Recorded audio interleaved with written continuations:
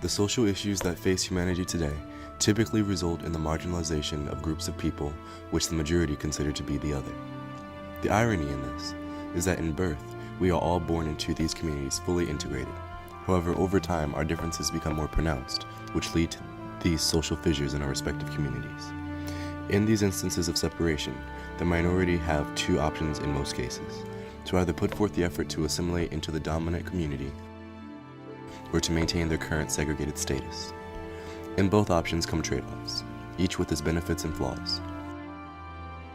In this documentary, we aim to illustrate through two examples, that of tribalism in Kenya and that of homophobia and gay rights within the United States, the gains and setbacks of either option. We are the seeds of change that need to take root to bring forth a better world.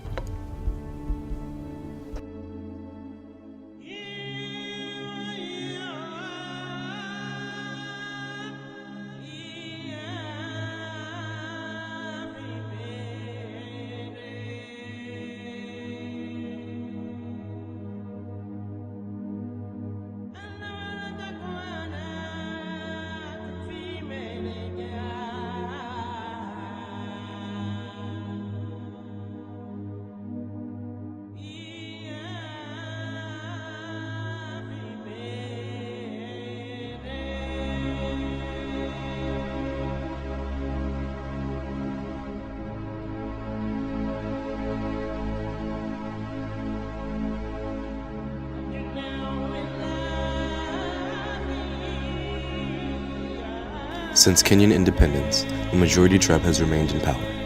Historically, Kenyans have voted along tribal lines, and thus minority tribes have seen the traumatizing effects of separation from the majority. Minority tribes unassociated with the government must provide for their own education, health needs, and other forms of infrastructure.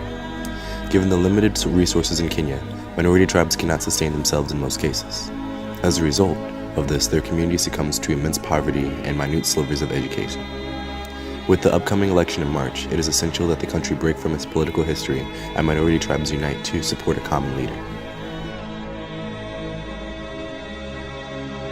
I begin by saying that tribalism is a cancer that has afflicted this country for a very long time and has been a source of conflict, has been a source of death, has been a source of destruction of property. And this we saw the worst of in the post-election violence of 2007.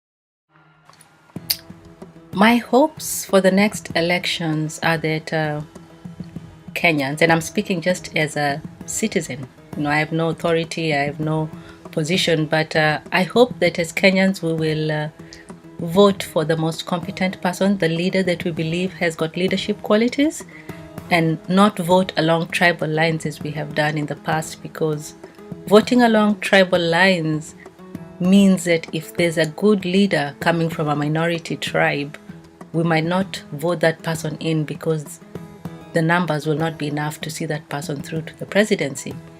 So if we want to vote in good leaders, I hope that in the next election, Kenyans will be able to vote in a good leader and not vote along tribal lines, because voting along tribal lines has in the past not always given us the best results.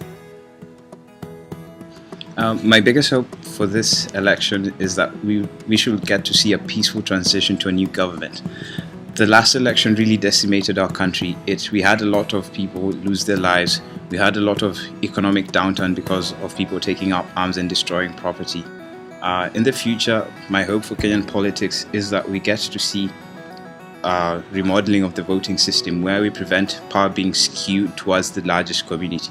In the past, we've just seen the largest community influencing the vote, having the people in power, having the people, channeling resources back to the community, while leaving the rest of the country rotting in despair. So what I want to see is that an electoral system that gives a proportionate amount of power to communities all over the country, so that even the smallest community in the most far-flung area can actually influence the vote and get the person they think that can implement change the most.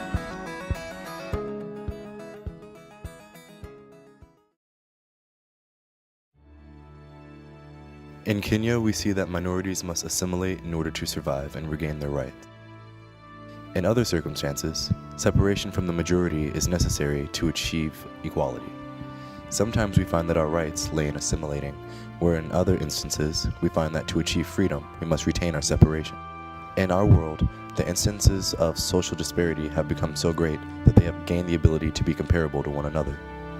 We find that the original stigmas of our lands, that of racism and sexism, have expanded as our country has aged. Now more than ever, people must face homophobia, assault, and bullying.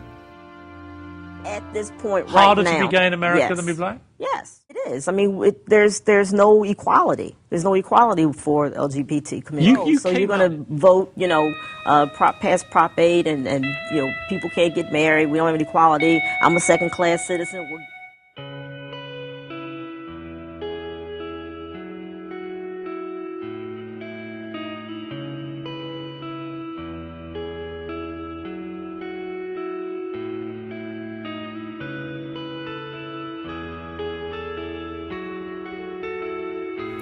At the point in which we are all born into a joint community, who and what decides whom is pushed to the outskirts of society?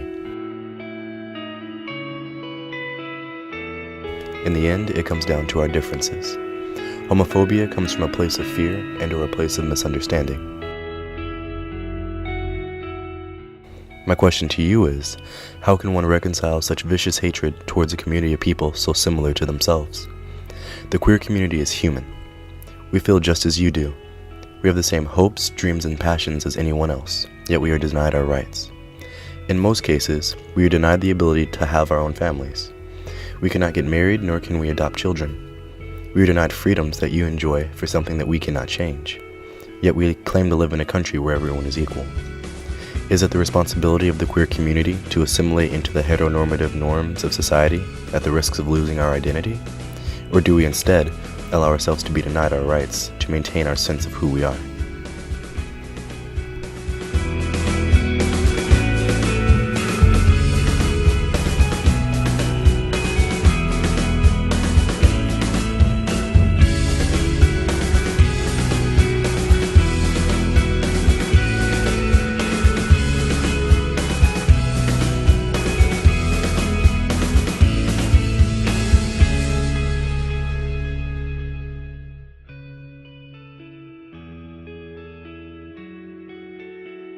So, we're alone now. Come on, there's people around. There's nobody around. Come on.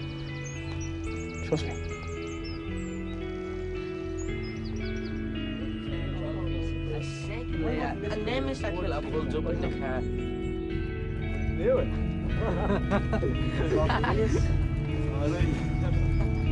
Is that bored, is it? None of your business who it is, right? I gives a kiss.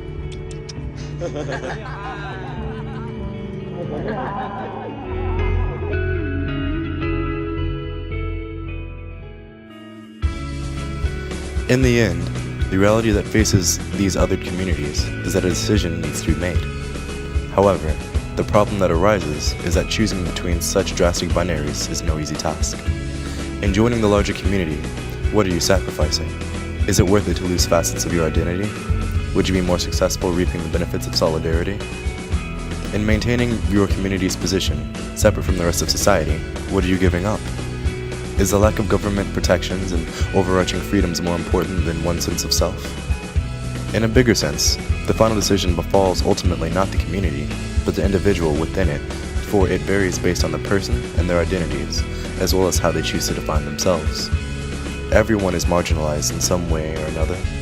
When it comes time for your decision, which will you choose?